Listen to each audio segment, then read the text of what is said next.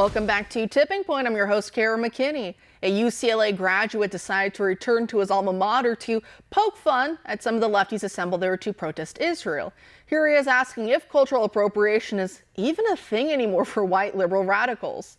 I know this is an outdated term, but is cultural appropriation not a thing anymore? I don't think you're Middle Eastern. You can't wear that scarf. Like, technically, man, that is cultural appropriation. That's shame. Shame, shame, shame.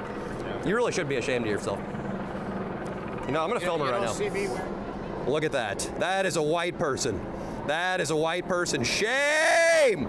Shame! It is cultural appropriation. Shame! You have a good point. Shame! You have a great point, man. I'm shaming her because she's white and she's wearing a Middle Eastern headdress.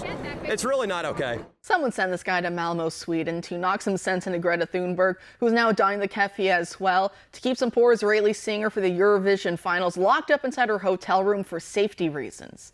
Stephen L. Miller, contributing editor for The Spectator, noted in response to that video we just watched that BuzzFeed doxed a high school teenager for wearing a kimono prom dress and went after some dude for wearing a sombrero on Cinco de Mayo. But every Urban Outfitters TikTok Becky, he says, has decided the keffiyeh is the hot new thing, and suddenly the journos are nowhere to be found. Pretty much. As I always say, the left doesn't usually tend to believe in its own arguments. They're more strategically minded than that. They will argue one thing one day for a specific goal, and if that specific goal requires them to make a completely different argument the next day, which conflicts with their first argument, well, then they will happily do so. And they will feel no cognitive dissonance over it because their goal was just always that, their goal, not the arguments they cobbled together in the meantime to arrive at the goal. They can play around with that. And while some of these protest videos can be fun to laugh at, it would be our fatal mistake to just laugh them off entirely. Our next guest tonight has a new article out at Newsmax explaining how Antifa has morphed into the anti-Israel protests and what some of those implications may be. Joining us now to discuss is national security researcher John Rosamondo. John, as always, thanks for being here tonight. So a lot of the groups who rioted back in 2020, you say, are rioting right now again. So can you explain for us what you expose in this article? Well, let's just put it this way. It's just all cosplay.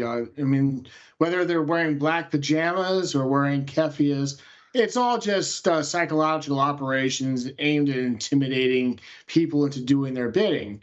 Well, I took a deeper look at some of the Telegram channels I was following during the 2020 riots that we discussed in the past on this program.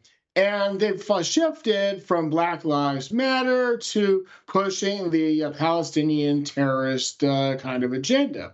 Looking at groups like the Sunrise Movement that were big in supporting Antifa in 2020. You have groups like Shut Down DC that plan to get in the streets during the election time period in 2020 had Trump won. So we're dealing with the same group of characters.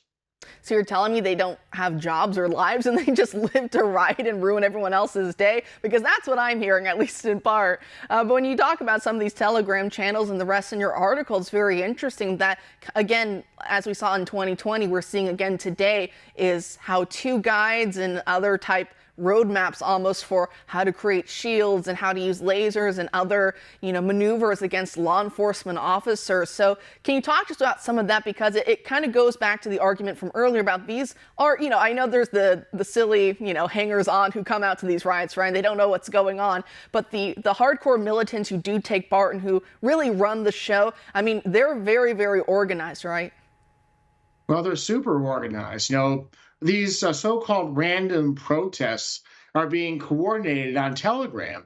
They're sharing information about how to do barricades, how to use Cash App to raise funds. I mean, just like they were doing during the 2020 George Floyd riots. Different year, same people. Back in 2020, one thing I thought was interesting is that they were using tactics that had been used in the Hong Kong protests